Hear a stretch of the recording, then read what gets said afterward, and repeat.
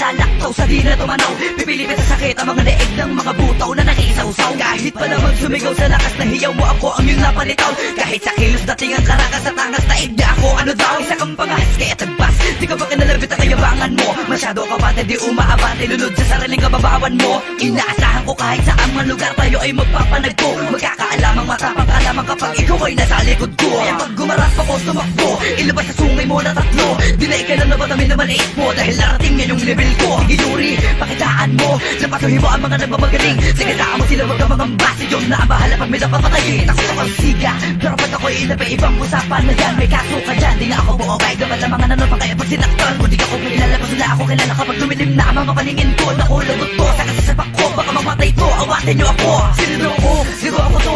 Ako ang malaki sa pangarap mo. Hanggat tumataloy ang flow na may G sa pangalan, dinig sa leeg mo. Nangangalampag kami kaya tumabay, wag isa walang bahala. Ang mga sabi-sabi, lintik lang ang walang date. Sa mga nangapi, anak ka ng patakte. Bakit ba kami pa ang kinante? Dami na lahat ng iyong kakampi. Magsihandaan lahat o umusin na pag sumalaki sa ating gabi. Malumanay na tugon ay dapat ikaw ni baon na sumasalisi. Di ka pa to panahon ko ba na panahon ay mga nahinog na kami. Pwe! Okay, tapos na kayo. Ako naman ha. Okay, game.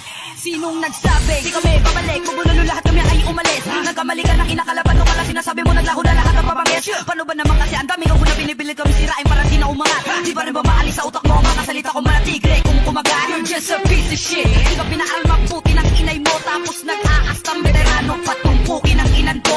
Di kami yung tipo na kailangan babatulan babato ka ba utak mo na balatuba. Di ganun kakitid ang utak ko para mapapasin ba ang verses nyo na balahura. Sige manghula ka ba na mga walang kwenta-kwenta mong prediction. Bibitayan lang kita ng pabalagbat